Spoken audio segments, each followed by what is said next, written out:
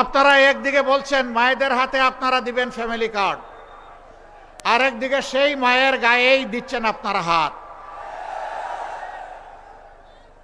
আপনারা মাদেরকে কিভাবে দেখবেন এখনই বোঝা যাচ্ছে। মর্নিং শোজ দ্য ডে, সকালের সূর্য দেখে বোঝা যায় সারাদিন কেমন যাবে। ভোটের আগের হালত দেখে বোঝা যায় কেউ নির্বাচিত হলে আগামীটা কেমন হবে।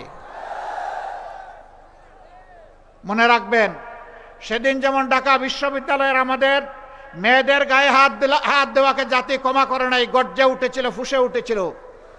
আজকেও মেয়েদের গায়ে হাত দিচ্ছেন, নিজেদের কবর রচনা করবেন। আমরা অনুরোধ করব, মেয়েদের গায়ে হাত দিবেন না, মেয়েদেরকে অপমান করবেন না, কারণ আপনারও মা আছেন। আপনার মাকে সম্মান করুন, তাহলে আপনি সারা দেশের মাদেরকে সম্মান করতে পারবেন। আর যে নিজের মাকে সম্মান করতে জানে না, এদেশের একজন নারীও তার কাছ থেকে সম্মান আশা করে না। আপনারা দেখেছেন মাথা গরম হওয়ার কারণ আছে। এখন নারীরা তাদের নিরাপত্তার জন্য এই জোটকে, দাড়িপাল্লা মার্কাকে তারা বেছে নিতে চায়। গণতন্ত্রে বিশ্বাস করে থাকেন, তাহলে অন্যের মতামতকে প্রাধান্য অবশ্যই দিতে হবে। আমরা মাদেরকে বলবো, আপনার যাকে পছন্দ আপনি তাকে ভোট দিবেন, কিন্তু কোনো জালিম যদি আপনার দিকে চোখ তুলে তাকায়, সাথে সাথে বলবেন 12 তারিখ আমি যাব, তুমি পারলে ঠেকাইও। যে মায়েরা শরীফ উসমান হাদির মতো সন্তান জন্ম দেয়, আবরার ফাহাদের মতো সন্তান জন্ম দেয়, আবু সাইদের মতো সন্তান জন্ম দেয়, সেই মায়েরা আল্লাহ ছাড়া কাউকে পাত্তাই দেয় না।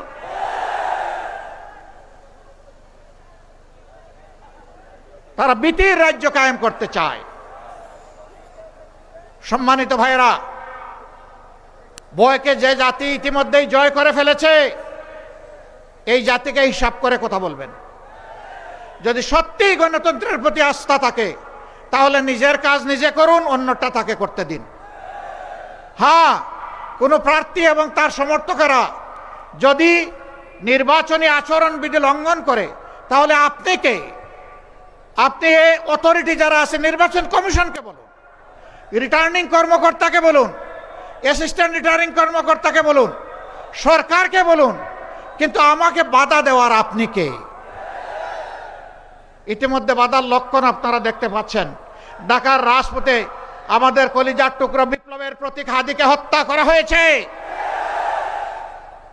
শেরপুর জেলা একটি উপজেলা জামাতের সেক্রেটারি মৌলানা রেজাউল করিমকে হত্যা করা হয়েছে নির্মমভাবে। হত্যা করে কারো গতি থামাতে পারবেন না।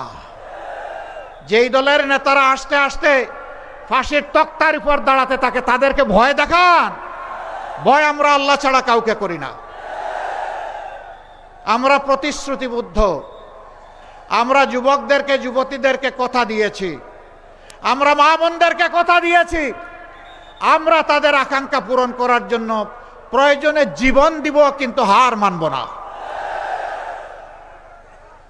প্রিয় লক্ষ্মীরবাসী, আপনারা সংগ্রামী জাতি, আপনারা কারো কাছে হার মানেন নাই। এই জায়গায় খুনি, এক খুনি, আমার লজ্জা হয় তার কথা বলতে। জেলে তার সাথে আমার একবার দেখা হয়েছিল, এরপরে আর আমি দেখা করতে চাইনি। আমার ভাই ডাক্তার ফয়েজ আহমদকে তার বাসার 3 তলার ছাদে নিয়ে সেখানে শারীরিক নির্যাতন করে জীবন্ত দেহটা নিচে ফেলে দিয়েছিল। তিনি কার ক্ষতি করেছিলেন? তিনি তো গরিবের বন্ধু ছিলেন, তিনি তো গরিবের ডাক্তার ছিলেন, তিনি তো অসহায় মানুষের অভিভাবক ছিলেন।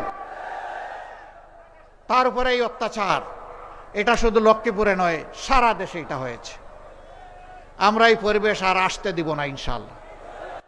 দেশবাসী এখন একাট্টা, চারিদিকে এখন জোয়ার শুরু হয়েছে মুক্তির পক্ষে, 13 তারিখ থেকে নূতন বাংলাদেশ দেখার পক্ষে।